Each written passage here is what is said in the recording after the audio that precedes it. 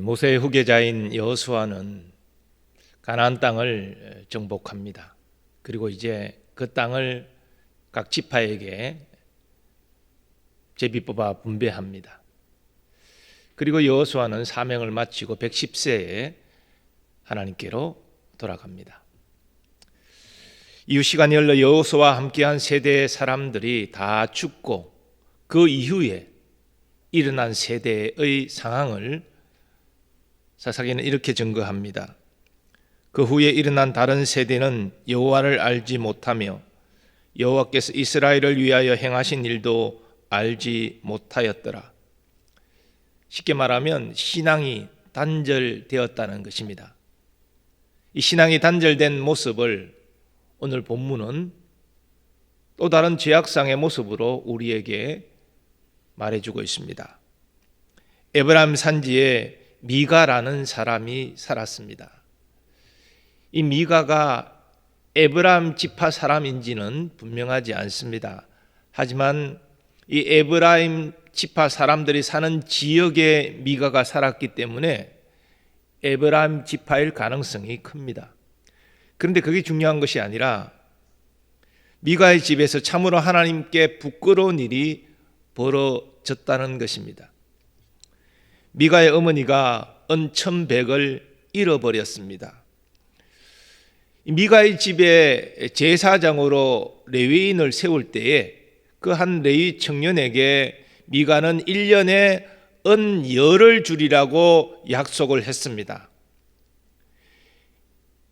1년 동안 은 10을 주겠다라고 약속했고 그 약속을 만족해서 레위인 청년이 미가 집의 제사장이 됩니다. 그러니까 은 1,100이라는 것은 엄청나게 큰 금액이라는 것을 알 수가 있습니다. 그 큰 금액을 잃어버렸으니 미가의 어머니가 화가 났겠지요. 그래서 그 은을 가져간 자를 저주합니다. 그런데 그 은은 미가가 가져갔습니다.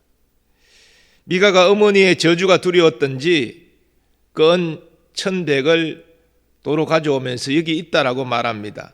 그러자 저주하던 어머니가 태도를 바꾸어서 축복합니다. 내 아들이 여호와께 복받기를 원하노라. 그리고 이렇게 말합니다.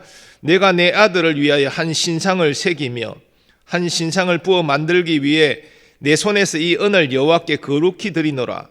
그러므로 내가 이제 이 은을 내게 도로 주리라. 이게 참 황당하고 참으로 모순된 일입니다. 하나님께서 모세를 통하여 십계명을 주실 때에 그 제2계명에 너를 위하여 우상을 새겨 만들지 말라 분명히 말씀하셨습니다. 그런데 미가의 어머니는 은 200을 여호와께 거룩히 구별하여 드린다라고 말하면서 자신의 아들을 위하여 하나님이 금하신 신상을 만들고 있습니다. 그리고 미가는 그렇게 만든 은 신상을 자기 집 신당에 모셨습니다. 그리고 자기 아들 중 한 사람을 제사장으로 세웠고 이후에는 레위인 청년을 제사장으로 세워서 그 신상을 섬기게 합니다.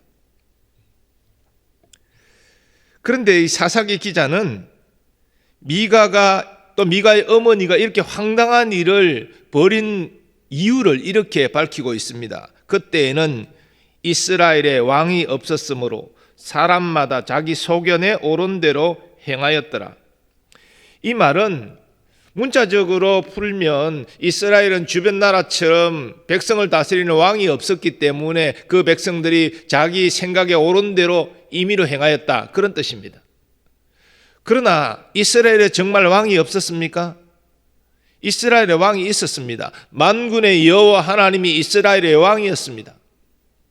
하지만 이스라엘 백성이 여호와를 알지 못하고 여호와의 계명을 알지 못하는 신앙이 단절된 세대 가운데 살아가고 있으니 이렇게 황당한 일이 벌어지는 것입니다.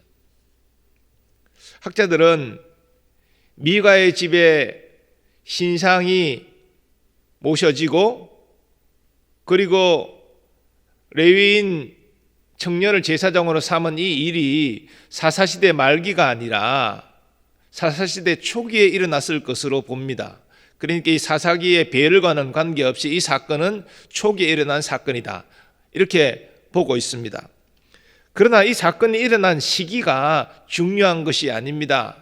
하나님의 은혜로 가나안 땅을 점령하고 각 지파가 땅을 배분받고 이제는 하나님의 계명대로 살아야 될 저들이 하나님의 계명을 떠나서 자기 임의로 옳다고 생각하는 대로 지멋대로 행했다는데 그 중요성이 있는 것입니다. 그런데 더 문제가 되는 것은 이들이 하나님 앞에 악을 행하면서도 자기가 악을 행하고 있다라는 생각을 전혀 하지 못했습니다. 미가의 어머니가 말하는 것처럼 내가 여호와께 은을 구별하여 드린다라고 말하면서 여호와께서 금하시는 신상을 만들어서 섬기고 있는 것입니다. 참으로 영적 무지 가운데 저들은 행했습니다. 우리는 사사기의 이런 죄악된 내용들의 반복을 보면서 비판합니다. 어떻게 하나님을 믿는다는 저들이, 하나님의 특별한 사랑을 받은 저들이 어떻게 저렇게 행동할 수 있나라고 한탄합니다. 그러나 우리가 과연 그렇게 비난하고 한탄할 자격이 있을까요? 이제 12월을 시작하면서 한 해를 마무리하게 됩니다. 우리는 오늘 본문의 모습을 통해서 정말 우리가 하나님을 왕으로 섬기고 있는가, 아니면 하나님 아닌 다른 것들을 우리가 왕으로 섬기고 있는 것은 아닌가 라는 것을 다시 한번 성찰해 보기를 원합니다. 이런 점에서 우리는 오늘 본문을 통해서 우리 자신을 이렇게 성찰할 수 있습니다. 첫 번째로, 우리는 우리 자신을 왕으로 섬기고 있지 않습니까? 오늘 본문이 말하는 대로 사사시대에 이 패역한 이스라엘 자손의 특징은 자기 속인에 옳은 대로 행하는 것입니다. 기준이 하나님의 말씀이 아니라 자기 자신이라는 것입니다. 저들은 모세를 통하여 마땅히 하나님을 섬기는 자로서 이 땅에 어떻게 행해야 될지 그 계명을 받았습니다.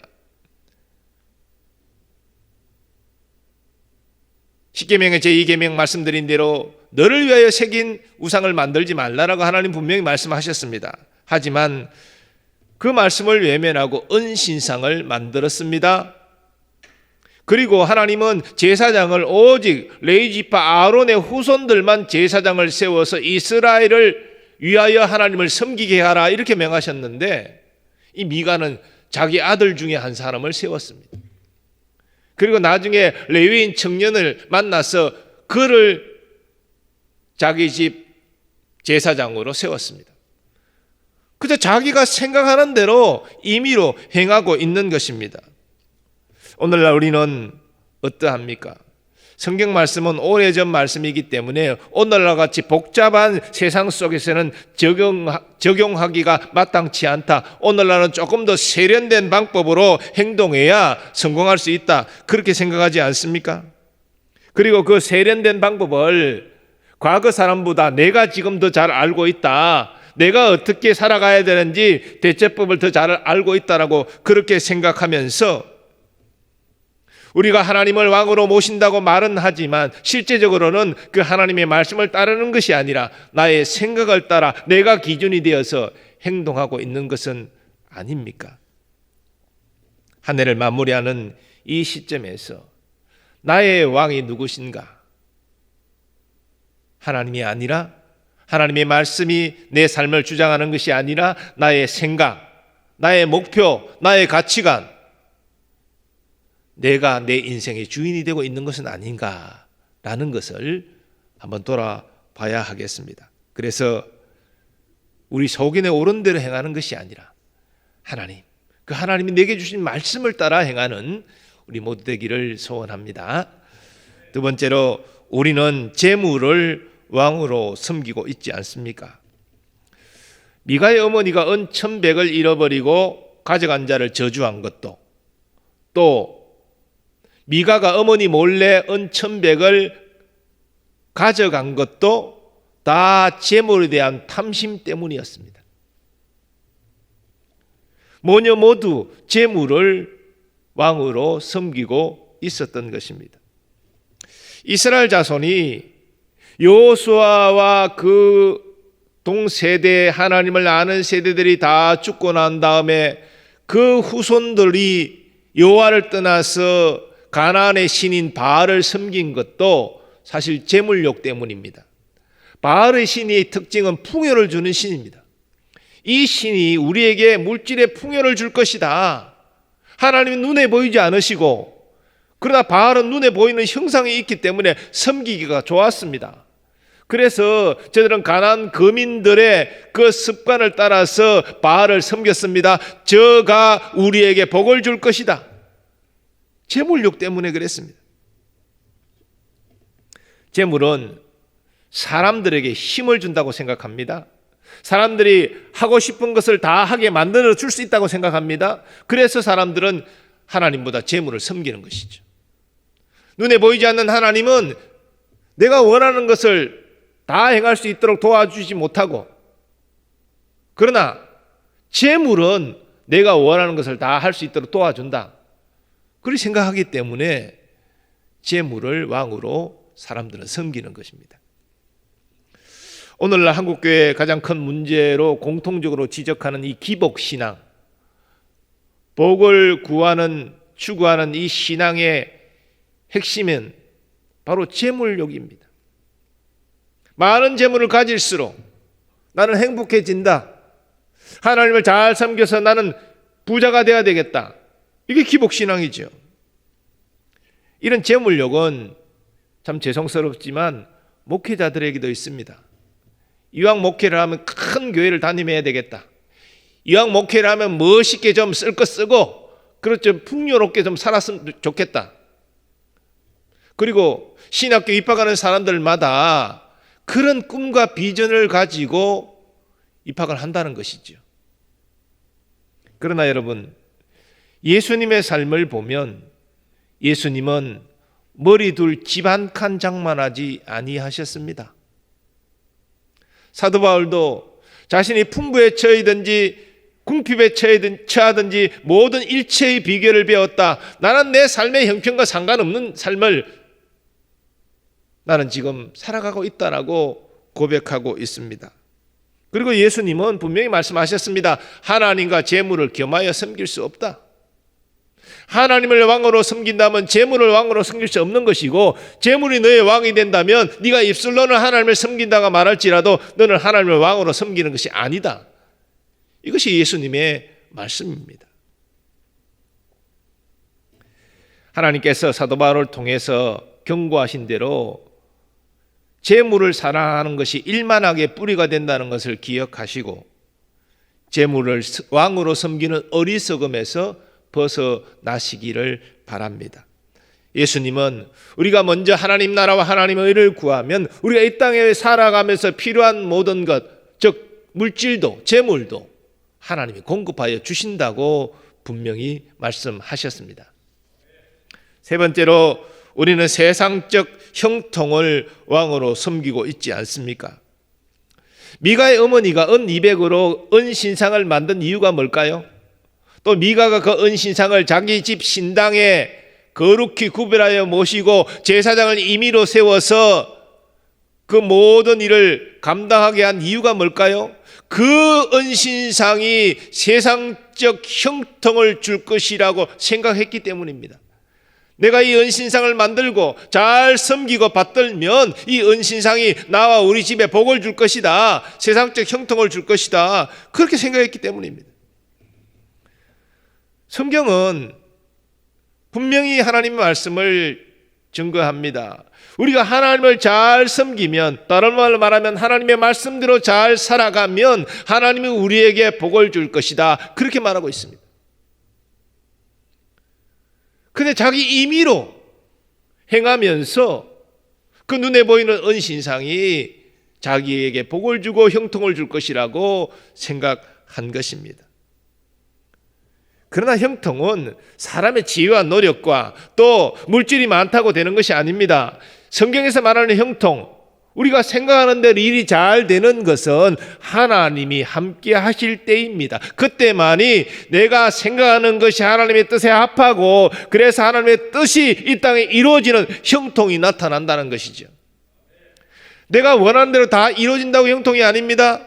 성경에 말하는 형통은 하나님의 뜻이 이루어지는 것입니다. 내가 악한 생각을 하고 음란한 생각을 하고 욕심을 부리고 근데 그것이 그대로 이루어진다? 그것은 성경이 말하는 형통이 아니라 저주지요. 왜냐하면 하나님의 뜻에 벗어난 삶을 살아가는 것이기 때문에. 성경이 말하는 형통은 하나님의 뜻이 이루어지는 것입니다.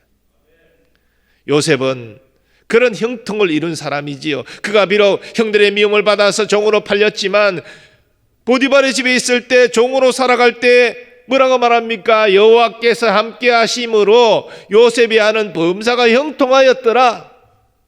하나님이 함께 하심으로 형통해지는 것입니다. 하나님이 누구와 함께 하십니까? 세상적 형통을 추구하면서 우상을 섬기는 자와 함께 하십니다. 함께 하십니까? 아무리 힘들고 어려워도 오직 나는 하나님만을 섬기겠다, 하나님 말씀만을 따르겠다, 그렇게 우직하고 단순하게 살아가는 자와 하나님이 함께 하시는 것이죠. 하나님은 우리를 형통한 자가 되도록 부르신 것이 아니라 거룩한 자가 되도록 부르신 것을 기억하시기 바랍니다. 그러니까 형통보다 앞서와야 되는 것이 거룩함입니다. 거룩함이 없는 형통은 세상적 형통입니다. 그러나 거룩함이 전제된 형통은 하나님이 함께 하시는 형통입니다. 하나님, 내가 거룩하니 너희도 거룩할지니라, 그렇게 말씀하셨습니다. 많은 사람들이 자신의 삶을 가지고 하나님께 원망불평합니다. 하나님, 나는 왜 행복하지 못해요? 왜 형통하지 못해요? 왜 일이 잘 안 돼요? 왜 우리 가정에 이렇게 문제가 많아요? 하나님이 직접적으로 말씀하실 수도 있겠지만 그때 우리는 돌아봐야 됩니다. 하나님이 나의 행복, 나의 형통을 위해서 나를 자녀 삼으신 것이 아니라 나를 거룩한 자가 되도록 하기 위하여 자녀 삼으셨다. 내가 하나님 말씀에 일치되는 거룩한 삶이 있는가라는 것을 살펴봐야 됩니다. 부부관계 행복하지 못한 이유를 따질 것이 아니라 내가 부부관계에 있어서 남편으로서 아내로서 하나님 말씀대로 행하고 있는지를 먼저 살펴야 되는 것이죠. 거룩함이 있어야 하나님이 부부의 행복도 주시는 것입니다. 우리의 삶의 어떤 문제나 어려움과 여러 가지 장애와 힘든 일을 만날 때에도 그 왜 일이 이루어지지 않습니까? 왜 내 뜻대로 안 됩니까? 왜 나는 이렇게 어려운 문제 가운데 시달리고 있습니까? 이렇게 말할 것이 아니라 내가 하나님 말씀대로 하나님의 뜻 안에서 의로운 자로 거룩한 자로 서 있는가를 먼저 살펴야 됩니다. 하나님 우리를 거룩한 자로 부르셨지 형통한 자로 부르신 것이 아닙니다. 하나님의 나라는 먹는 것과 마시는 것이 아니 오직 성령 안에 있는 의와 평강과 희락이라. 이 의, 평강, 희락 순서가 중요해요. 의가 먼저 와야 됩니다. 우리 안에 의로운 삶이, 우리의 삶에 의로운 삶이 먼저 와야 우리에게 하나님이 주시는 평안도 기쁨도 이어진다는 것이지요. 우리가 세상적 형통을 왕으로 추구하고 살고 하나님이 우리에게 요구하시는 거룩함을 외면하고 산다면 아무리 하나님의 자녀로서 예배를 드리고 헌금을 드리고 봉사를 하고 나는 하나님을 왕으로 섬깁니다 고백할지라도 하나님 함께하지 않습니다. 함께 하시지 않으면 하나님이 주시는 형통은 누릴 수가 없는 것이지. 하나님께서 우리를 세상적 형통을 누리는 자로 부르신 것이 아니라 거룩한 자로 부르셨다는 사실을 기억하시고 말씀에 순종함으로 거룩하게 살아가는 일에 먼저 힘쓰는 여러분 되시기 바랍니다. 그러면 여러분이 어디서 무엇을 하든지 하나님이 여러분과 함께 하심으로 결국은 하나님의 뜻이 이 땅에 이루어지는 형통한 자로 사용하실 것입니다. 올해 우리 교회 표어는 말씀으로 새로워지는 교회였습니다. 우리가 하나님을 왕으로 섬긴다는 것을 다른 의미로 말씀드리면 하나님의 말씀을 따라 살아간다는 것으로 말씀드릴 수 있습니다. 성경 말씀의 요지는 분명합니다. 우리가 하나님의 말씀하신 대로 잘 섬기면 하나님이 우리 인생 책임지신다는 것이죠. 우리 인생에 진짜 하나님이 주시는 풍성한 복이 임한다는 것이죠. 이런 의미에서 우리의 왕은 우리 자신도 재물도 세상적 형통도 아닙니다. 오직 하나님과 우리 주 예수님이 우리의 왕이십니다. 그리고 그분 말씀이 우리의 삶의 지침이요 인도자입니다. 우리가 마태복음 7장 21절 말씀을 통해서도 잘 알고 있지만 주여 주여 하나님 예수님을 주로 고백하는 그 고백만으로는 충분하지 않습니다. 우리가 고백하면서 하나님을 찬양하는 것 귀한 일이지만 그 고백의 찬양이 전부가 아닙니다. 우리의 삶으로 내가 정말 하나님을 왕으로 고백한다면 그 하나님의 말씀대로 살아가는, 힘들고 어렵고 지치지만 그래도 나는 말씀을 따라 살아가는 이 일에 힘쓸 때에 비로소 그 고백이 하나님이 인정받는 고백이 되는 것입니다. 우리가 하나님을 나의 왕으로 모시고 그 하나님의 말씀을 따라 살아갈 때 하나님은 우리의 고백이 우리의 삶과 일치되는 모습을 통해서 나를 하나님의 완전한 자녀, 하나님을 왕으로 섬기는 자로 인정하여 주십니다. 그리고 그런 우리와 하나님이 함께 하십니다. 하나님이 우리와 함께 하실 때 비로소 우리에게는 하나님이 주시는 평안과 기쁨과 행복, 그리고 하나님의 뜻이 나를 통하여 이 땅에서 이루어지는 그런 놀라운 일들이 나타나게 될 것입니다. 내가 다른 사람을 축복하는 하나님의 통로로 쓰임받는 일들을 경험하게 될 것입니다. 12월 올해 마무리하는 한 달입니다.